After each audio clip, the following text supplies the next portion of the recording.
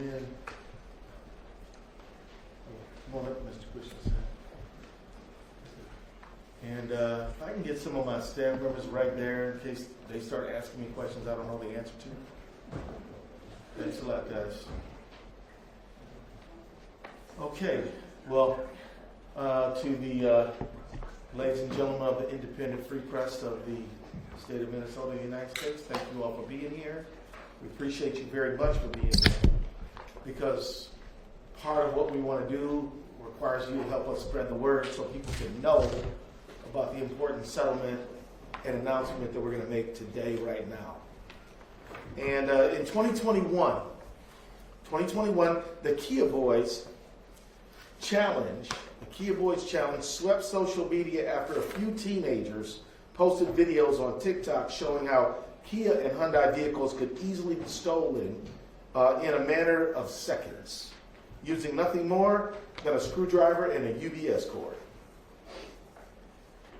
This wasn't true in other car makes because nearly all other cars sold in America came equipped with something called an engine immobilizer. And that kept them from being stolen quite so easily. That standard came in almost all cars, but not in Kias and in Hyundais. Relatively few of them had the technology for the simple reason that these companies didn't make this common sense technology standard and install them in their cars, as they did do in Mexico and Canada. Same car.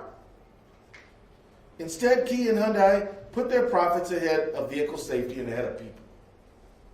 Within months of the Kia Boys Challenge, we had a crisis on our hands. A public safety epidemic of vehicle thefts, financial harm to consumers, injury, and tragically, even deaths.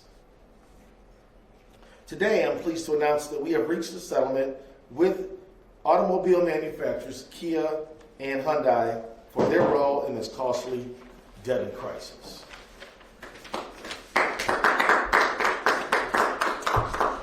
I just want to thank everyone who made this moment possible, starting with our leaders in law enforcement, our chiefs of police in Minneapolis-St. Paul, our mayors in St. Paul and Minneapolis, and of course our community leaders who know all too palpably how severe this crisis has been. In 22 and 23, Kia thefts and Hyundai thefts spiked dramatically. Stolen Kias and Hyundais were used in criminal acts. Innocent people were killed when stolen Kias and Hyundai struck them. The individual offenders were caught, were held accountable in our criminal justice system exactly as they should have been.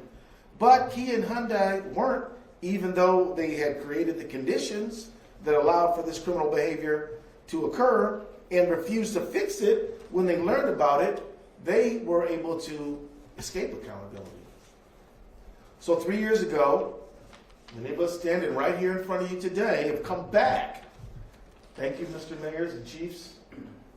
They've come back to jointly make this announcement. So as I announced that my office was launching an investigation of Kia and Hyundai 3 years ago, as of now, the mayors and chiefs of Minneapolis and St. Paul have been dealing with this deadly epidemic for much longer than 3 years. They've been catching many, but not all the offenders because it's impossible to catch all of the offenders when it takes only seconds to steal these cars. In our investigation, we soon reached the conclusion that these companies had likely violated various Minnesota consumer protection and public nuisance laws. Thanks to today's settlement, Kia and Hyundai will finally equip all future vehicles sold in the United States with engine immobilizer and anti-theft technology. These the metal zinc, reinforced ignition cylinder protectors prevent thieves from accessing the ignition simply to steal the car. The companies will offer these protections to owners of vehicles without immobilizers.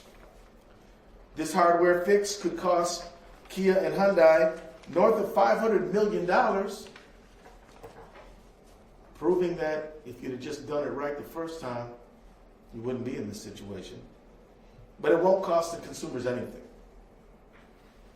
And this could have happened a long time ago.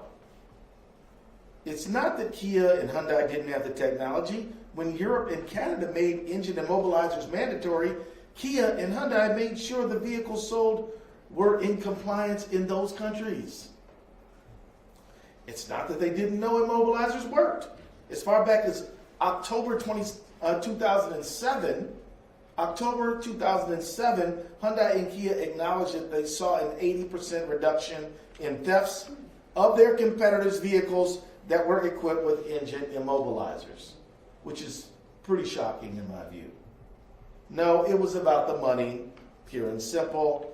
Hyundai and Kia made the business decision to sell vehicles in the United States without its critical piece of anti-theft technology because it saved on manufacturing costs. And I'm proud Minnesota was the first state to launch an investigation into this behavior, but we don't take any credit. It was our civic and law enforcement leaders who said, you guys need to do something. And so we figured out what we could do, and today we're announcing that.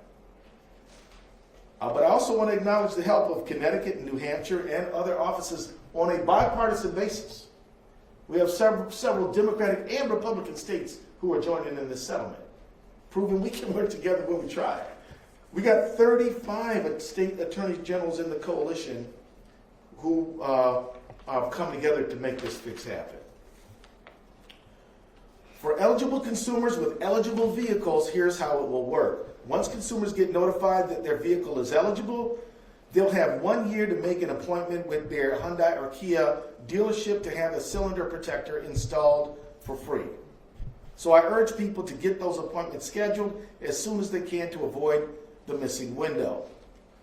And I just want to thank the men and women of the press here today, because without you getting the word out, the word's not going to get out very effectively. These repairs will be available starting early 2026 through early 2027. And if they delay that longer, you can bet our Attorney General Coalition will be talking about it to the proper authorities. A list of eligible Kia and Hyundai model years is in our press release, so please feel free to share that. It's important to note that even owners of eligible models who previously received the car maker software update, which has not stopped easy theft of these vehicles, are eligible for the new hardware, and I'm glad to be able to tell you that. And you're going to tell your own story in a minute. Kia and Hyundai will also help cover the financial costs of the crisis, providing up to $4.5 million in restitution to consumers whose cars are damaged by thieves, if these consumers were not already part of the class action settlement, and another $4.5 million to plaintiff states to defray the costs of the investigation. I can assure you that police departments all over America, and certainly here in the Twin Cities, had increased costs because of this crisis. This is an important settlement for Minnesota, and it is part of my office's approach to public safety. Any instance of gun crime, property crime, or drug-related crime happens at the end of a long chain of events. Our criminal justice system focuses on the offender at the end of that chain, as it absolutely must, but we all know that it doesn't start there. This crisis that we're talking about today started in a boardroom, traveled through the internet, and ended up in tragic results when somebody stole those cars. And I want to commend the men and women of law enforcement who have really cracked down on these auto thefts. But what if we made their job a little easier by preventing them in the first place? That's right. There's a lot of work, unfortunately, for our law enforcement professionals to do. What if we took this one off the plate? In the Attorney General's office, we can and do use our broad civil authority and civil law to look up and figure out whether these chain of events that end in criminal acts might have a civil remedy. And we can make sure that the corporations and entities that make these crimes possible or even foreseeable have to answer for their behavior too. And if we look in the right places, use the right tools, and take the right action, we can contribute to preventing crime before it happens, and that's what today's settlement represents. Allow me to introduce in this following order Minneapolis Mayor Jacob Fry, St. Paul Mayor Melvin Carter, Minneapolis Chief of Police Brian O'Hara, St. Paul Chief Axel Henry, all four of whom have been outstanding in their partnership and on the front line of protecting Minnesotans from harm. Mayor Fry. Mr. Attorney General, thank you so much for your incredible work in achieving this momentous settlement, as this will have a huge impact on the residents of Minneapolis and in Minnesota. I want to take you back to the days of 2020 and 2021 and 2022. The world was a chaotic place. Crime was, in fact, increasing dramatically, and one of the areas where we were seeing the most significant increases was in the area of car thefts and carjackings. But there were a couple of statistics that stood out as Mayor Carter and I were talking with our respective chiefs of police. One of them was that we were seeing a 836% increase in thefts of Kia and Hyundai. Now, a 100 or a 200% increase would be substantial. An 836% increase is ridiculous. The second statistic where our attention was focused was that 40% of thefts were in fact thefts of Kia and Hyundai vehicles. 40%. Now, if you go outside onto the street on University and you track the cars that are passing by, certainly you'll see a Kia and Hyundai now and again, but they do not account for 40% of the total vehicular traffic. So clearly there's something that is different. Now, I'm not a car guy. I know virtually nothing about cars. And when I go to purchase a car, I am not asking about an ignition protection. Until today, I had no idea what that was. By the way, there's a whole lot of people that are out there just like me who are looking to get the best deal possible and get the best car possible for the amount of money that they're able to afford. They're not thinking about some cylindrical device that goes inside a steering wheel that will prevent carjackings and car thefts from happening. But the fact is, the Attorney General said that this was already available in Mexico and in Canada, but these automobile manufacturers decided not to protect their customers but to make a few extra dollars. They did that here in the United States. And so this settlement will have a huge impact on continuing to drive down car thefts and carjackings, which, by the way, we're seeing down substantially, and we can do even more work right now through this settlement that will keep people safe, that will prevent thefts of vehicles from happening, and we're doing it together. And I remember back then, Mayor Carter and I called our attorney collectively, not because we got money in our pockets, but because we are residents of the state of Minnesota, is Attorney General Keith Ellison. That's right. And he didn't sit back on his two hind legs. He did something about it. He sued. He recognized where accountability needs to be had, and great progress is happening today because of that settlement. Attorney General, I want to thank you for your work on it. Thank you, It makes a big difference for the people of Minneapolis and St. Paul. And I want to thank Mayor Melvin Carter, who's been a tremendous partner throughout all of it. We don't see drastic differences in these statistics based on what side of the river you're on. In fact, we largely see the same ones. He's been a great partner. I'll call it Mayor Melvin Carter. Thank you, sir. Thank you, Rashid. Thank you very much. I want to thank you all for joining us and say good morning to you all. I want to say thank you, echo the thank you to you, Attorney General Keith Ellison. You know, what I tell folks all the time, that when the federal government and the state government fail to take on a task, when the private sector kicks the can down the road, whatever happens in the rest of the world, local communities end up having to deal with it.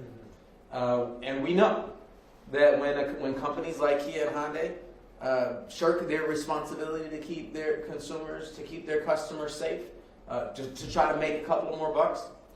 We in local communities have to address the fallout. We know, Attorney General, you've been working on this hard. When gun stores fail to do their due diligence and their duty to help keep guns in the wrong hands, we as local communities end up having to address gun violence in our communities, and on and on and on.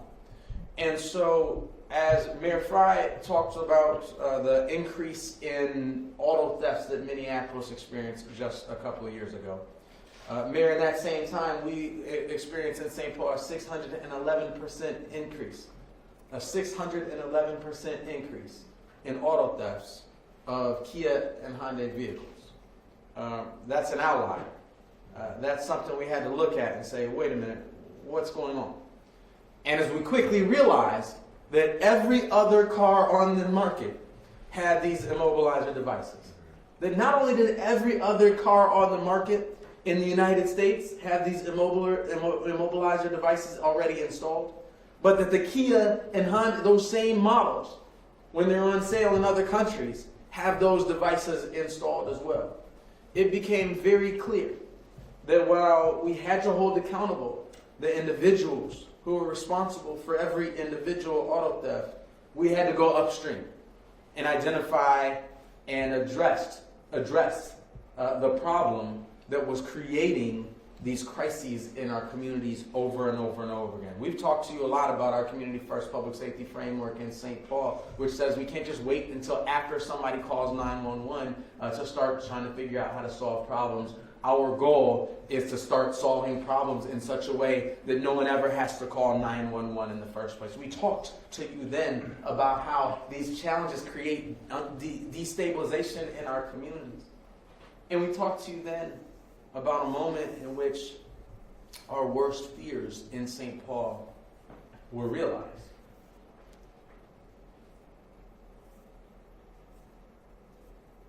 When a 15-year-old stole a car using that Kia Boys Dare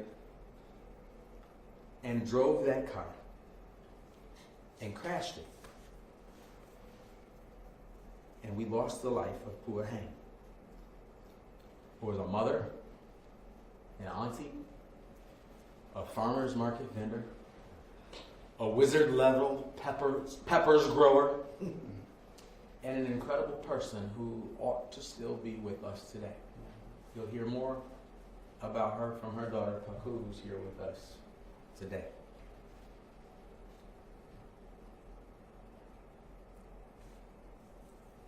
When basic safeguards are absent, the consequences are real and widespread, and we all pay for them. The settlement that we're announcing today delivers the accountability and the changes that our residents deserve. It requires real fixes and sets a higher standard for the car industry moving forward. It also brings us back to the deeper truth about safety itself, that accountability is strengthened when it's shared with opportunity. When we hold systems responsible, when we invest in our neighbors and our neighborhoods, when we shift our perspective to one of prevention, we create communities that are safer, that are stronger, and that are more just for all of us.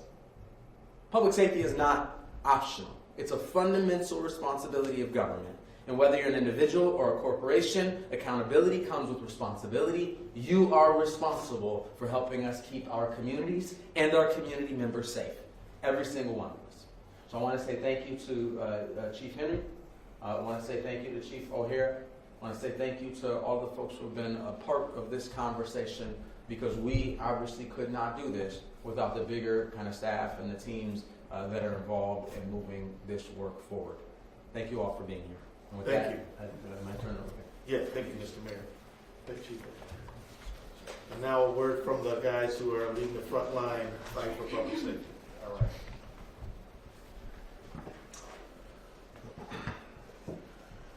Good morning. Thank you, Attorney General. Thank you, mayors.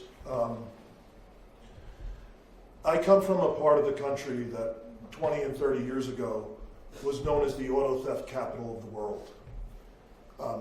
Coming to Minneapolis and Minnesota a little over 3 years ago, I was struck by how chaotic the streets were, reminiscent of the 1990s with joyriding and auto theft.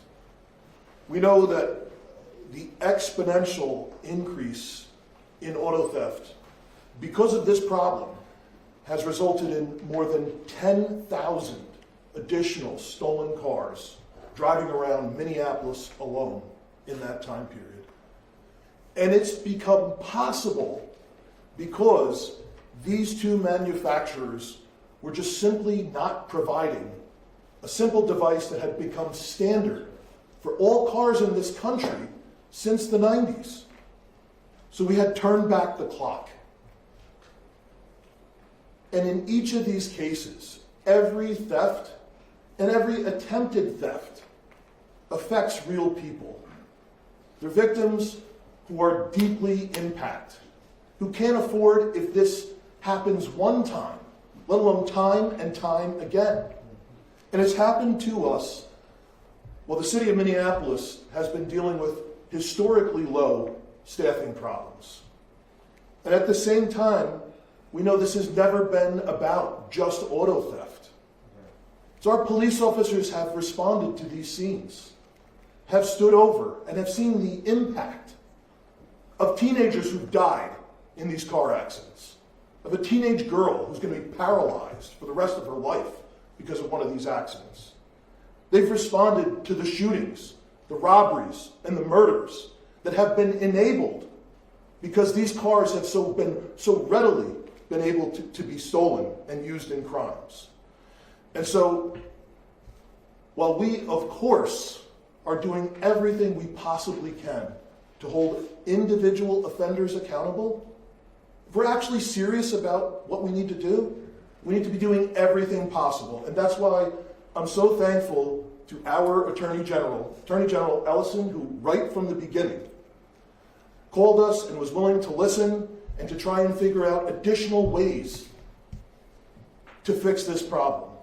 And it's because of that action that we have seen a decrease. For a lot of this time in Minneapolis, we're seeing 2/3 and 3/4, 75% of the cars stolen each week were these two individual manufacturers. So we're incredibly thankful to the Attorney General for his leadership on this that has helped reduce this problem. And we're thankful to be standing here, Mayor Carter, with you. Your police chief and all of your police officers have been incredible partners to us and have always been available to us on a moment's notice, and we're thankful for all the work that you do together to help us. So thank you. Thank you, Chief. Well, thank you, and again, thanks to everyone up here for this opportunity to say a few quick words. I just want to put some things in perspective. In 2022, we hit the height of our auto theft problem, and we were looking at about 8 or 9 stolen cars every day in this city. And those cars get used for a multitude of things. Some get joyridden around and parked in a parking lot, but others tragically end up involved with much more serious crime. We need to use every single effort. Here in St. Paul, where you'll hear Mayor Carter say this quite a bit, and I will too, the gold medal in our city is prevention, the crime that never happens. We are now at a point this year where we used to be at 8 or 9 cars a day, we're down to about 2 or 3 cars a day. But we've been operating consistently where 2 automobile brands were driving the numbers of those things. So if we can go from 8 or 9 a day down to 2 or 3 a day, I think we can get down to 1 or 0 a day if we work together and do the right thing. We have folks up here that are much better equipped to speak about some of the issues and the impacts of this. But there's a data point that will not be represented on a chart, it will not be discussed here, and it's almost impossible to quantify. And that's the victims who own these cars, who got them back, or who never had them stolen. Every night they parked it on the street, in their parking lot, or in their driveway, they worried that car was going to be taken. They sit today and they worry that that car is going to be taken. And these cars aren't just taken once. So this remedy is helping make sure that that worry can at least be minimized, if not eliminated. And that is a crime stat that you'll never see measured anywhere. But those are real people with real concerns who need that car to take a kid to a sporting event, to get to that job, to attend a doctor's appointment. And these are the remedies that we have to focus on. So thank you so much for inviting us here. Thank you to everyone up here. And I'll let the next person go. Thank you. Thanks a lot, Chief. And Let me tell you, the five of us are professional communicators as part of what we do as our job. But now a couple of folks are going to talk to you who, they're just citizens trying to live, and they've been hit by this crisis. And the first person I want to introduce you to is Michael Christensen, who's a musician and who has a very compelling, true story to tell you. Michael. Hello. Well, I was first brought here to talk about theft of Kia and what I went through. My car has been stolen 8 times. And last night was number 9. It happened, and thank you to Minneapolis police that came to my house. They found my guitar amp for me, a lot of my equipment. But the one thing that they can't do, right, is what they talked about. Every day I park my car, I'm worried, is it going to be there? Walking, leaving a show last night, not seeing my car, my club laying there, my dash ripped out, plastic, laying on the ground. The cost of my insurance, no one talks about that, right? My value of my car right now, because it's been stolen so many times when they run the VIN, is $100. But I have to pay $690 a month to insure that car because of how much damage has been done to it. Unfortunately, the car hasn't been found yet today. I know it will be. And hopefully the rest of my gear will be there because insurance doesn't cover that. I'm a small business owner here in St. Paul. I'm a musician. I don't have a ton of cash, right? So I'm doing the best I can to survive in this world. And I understand a lot of it's joyriding and kids, but it's very, very painful and very hard to go through every single day when I leave. I keep an air tag in my car. Unfortunately, when it gets this cold, the battery gets too low and it's hard to find it till it warms up again. So hopefully that will help today and I'll be able to find my car. But yeah, that's kind of my story. It's hard, it's heartbreaking. And last night, Lena, who I've been working with the Attorney General's office, I just said, I'm at a loss at this point. Funny enough, I'm scheduled to be here the night before my car is stolen again for that very same thing of why I'm here. So, yeah, just thank you for letting me share this story. Thank you for finding a fix. And thank you to the police department that has always been very supportive and helpful to these situations. And I know they're doing the best they can out there. It's, like I said, I had mine stolen. A Kia parked in front of my house. I stopped home for 30 minutes. Stole my car, left one there, had the air tag, found it at the VA hospital parking lot where they stole another one. So that's just how quick these cars can be stolen and turn people's lives upside down in a second. So, yeah, thank you. Well, Michael, you did have the software fix. I did, yes. I had the software fix. It got stolen twice before that, and then so another 7 times after that, the car has been stolen with the software update. So the software update is nothing. I asked them to show me how it worked, and it doesn't. They couldn't, at the dealership, truly prove that it would demobilize and stop the car. So you'll be right up in the front of the line to get that zinc sleeve. That's right. Which we can't do fast enough because I worry about what's going to happen between now and when the dealers start putting them on. Right. Well, thank you, Michael. Thank you. And I'm Appreciate sorry it. about all you've been through. Oh. And again, thanks to the police who Yeah. helped you with the Yeah. car situation. And now I want to introduce you to a young woman I've known for a long time, Paku Hang. Paku is a dear friend to many people, and she's active in our community and does so much for so many. And nobody can fix the tragedy that her and her family went through. I'll let her tell the story.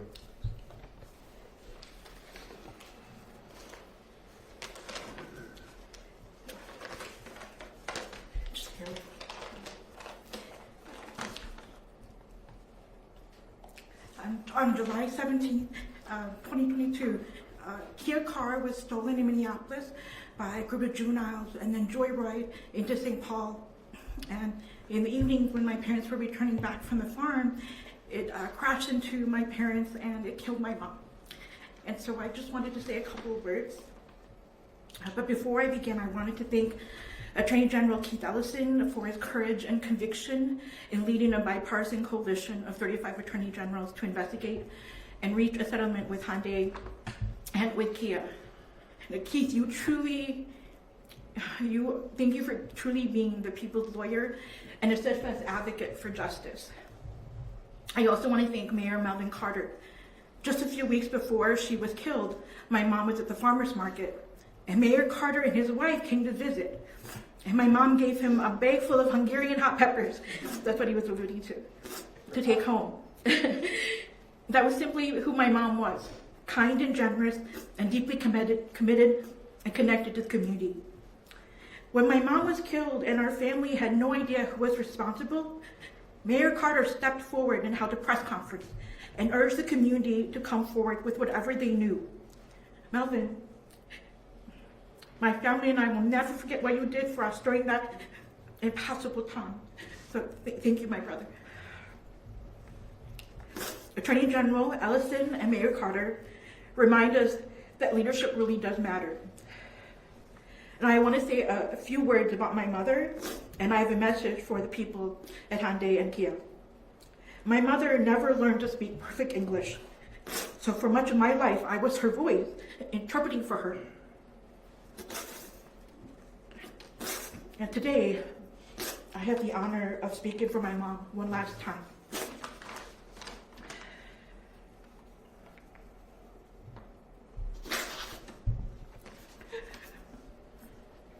My mother's name was Po Tohan, Po Tao Heng. She was barely 20 years old when she immigrated to the United States as a political refugee. Our family came because Hmong soldiers in Laos had allied with the United States during the Vietnam War and helped rescue American soldiers.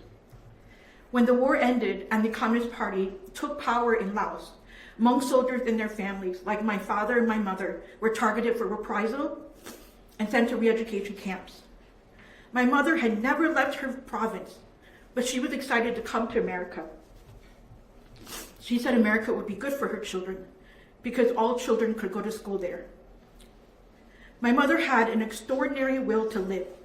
She survived having her gallbladder removed, 4 cesarean sections, 2 kidney transplants, open heart surgery, and 12 years of dialysis, 3 times a week, 3 hours each time. If she had a choice, my mother would never have left her family. She was looking forward to seeing her oldest grandson, Mason, graduate from high school. She had given him the Hmong name Chok Song, which means bridge builder, because he was a bridge from old to new, from Hmong to Hmong American. She was also excited to meet her newest grandson, who had not been born yet when she was killed. She was so excited, she had already chosen the name, his Hmong name. She was going to call him Chufing, which means anything is possible. A dream, a wish, an idea appears as if by magic because anything is possible, she said. My mom never got to meet Levi Chufing. She never got to see Mason Chotsong graduate from St. Paul Academy. If she had a choice, my mom would never have left her family because she knew when you lose a parent, you lose your North Star. The world is turned upside down, inside out, and it's never the same again. It's too late for my mom now, but it's not too late for those of us still here. If anything is possible, as she had dreamt for her unborn grandson, then a safer, more just future is possible too, if we choose to do the right thing. My message to Hyundai and to Kia is not for their CEOs or their people in the boardrooms. Unfortunately, that is also too late. But my message is for the people inside those companies who design the systems, run the numbers, assess the risk, and work the factory lines. My message is simple. You have more power than you think. So if you see a harm coming, stop it. If you know a safer choice exists, choose it. If you hear something is wrong, speak up. Remember, that there are more of you than there are people in the C-suites and the boardrooms, and that while doing the right thing is often hard, it is always worth it. In closing, my mom always said that when you do good, good will always come back to you. It will turn every corner and unturn every stone to find you. And I just want to say, Attorney General Keith Ellison, Mayor Carter, and everyone who made today's settlement possible, good is probably at your door right now, ready to ring the doorbell. So, thank you again.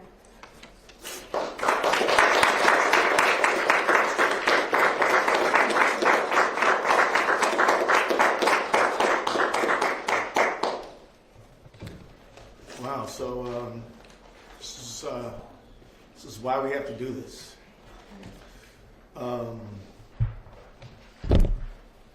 You guys have said a lot of nice things about us at the AG's office, but the real truth is we can't do this without our mayors, our law enforcement leaders, and our citizens who have the courage to come up here and tell their story. So we're done with our presentation.